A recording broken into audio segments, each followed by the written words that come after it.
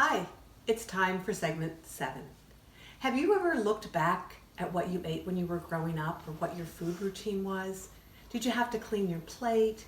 Did your mom or dad never throw anything away? Did you not have enough food to eat growing up? These things can influence what we're doing today in terms of our food choices.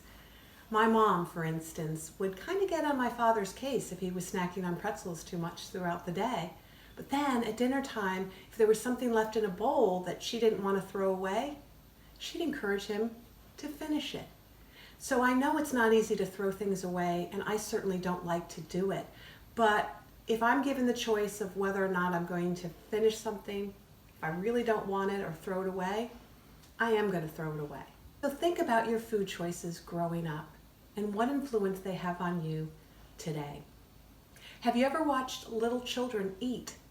It's really quite fascinating because they know when they've had enough to eat. And they're just finished. So we want to remember that children know when they've had enough. And we want to think about how do we embrace that for ourselves. That level of hunger, that level of fullness. I once asked a client, "What's your next step?" And he looked right back at me and said, "What should it be?" And I thought about that for a second and I said, well, check in with yourself. Are you ready to make another step? Do you need to make another step? So think about that. When and what is going to be your next step? Let's check in. How was your week? Take a moment and look at that checklist. I want to share with you a few more of the portion distortions. I find it really fascinating.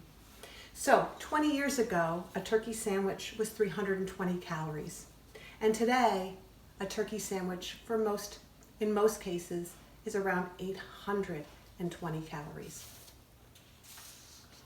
A chicken Caesar salad, 390 calories 20 years ago and 790 calories now.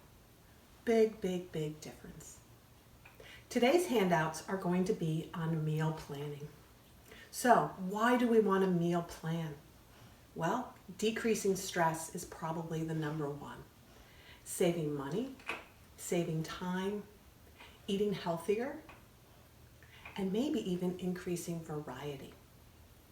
I had a client who just didn't know where to get started with meal planning and really was dining out or was doing takeout several times during the week. And she wanted to make a change. So the information that I'm giving you today is 5 days of meal planning, from the recipes, the shopping list, the whole thing. Maybe that's going to help you get started in meal planning if that's what you'd like to do. But remember, start small. Get organized. So the first thing is gather some recipes. I've given you some, but gather some of your own that you know you like. This is what I would encourage you to do. Go to the dollar store and buy 2 notepads. On one of those notepads, you're going to write, what is a recipe that I'd like to make during the course of the week? And on that other notepad, what are the ingredients that I need?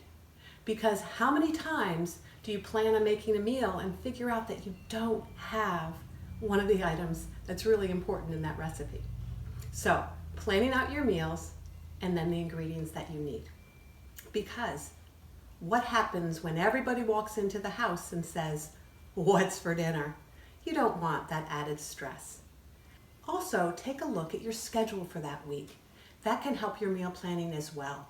You may have a day off where you could plan a meal that's going to take a little longer to prepare, or you might be really tight and you want to have a really, really quick meal for that particular night.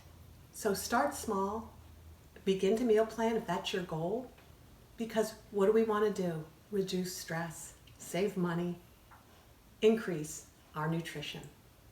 So I hope that you have a great week. Enjoy meal planning and contact me if you have any questions. Bye.